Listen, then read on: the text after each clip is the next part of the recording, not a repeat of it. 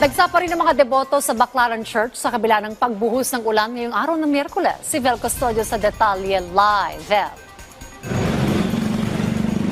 Rise and shine, Dayan, Baclaran Day today. Maulan man kanina, hindi nagpatinag ang ating mga kababayan para magsimba at manalangin.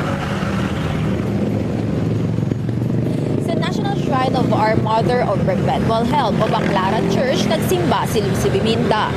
Madalas siyang magsimba tuwing Huwebes para magpasalamat sa mga biyayang natatanggap mula sa Diyos at ipanalangin ang kalusugan at kaligtasan ng kanyang pamilya.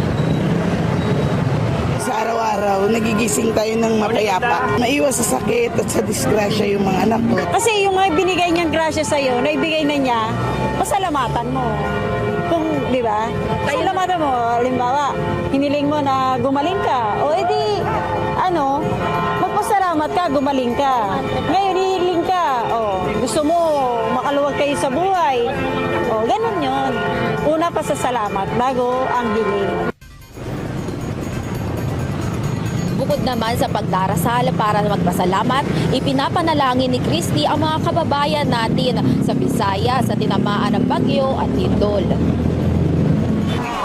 Pero syempre, pagdadasal mo rin sila, na makaligtas sila, na mabago yung buhay nila, di ba? Kasi kababayan mo rin sila di ba? Sa homily, sinabi ni Reverend Father Rico Jan Bilangel na ang Diyos ang sentro ng panalangin kagaya ng The Lord's Prayer o Ama Namin.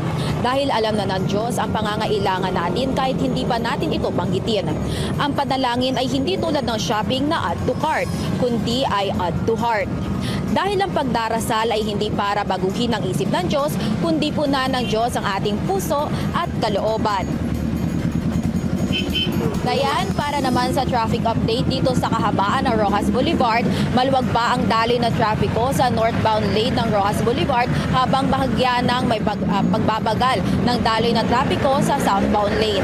Nakakalat naman ang mga MMDA personnel para mag-assist sa traffic at sa mga sasakyan na nagpa-park sa Baclaran Church. Paalala lamang sa ating mga motorista na bawal bumiyahe o ang mga sasakyan na nagtatapos sa plaka na 5 at 6. At paalala sa ating mga kababayan na makulimlim ngayon sa Baclaran, kaya mabuti nang magdala ng panangga sa ulan, kagaya ng kapote at bayog. Balik sa iyo, Dayan.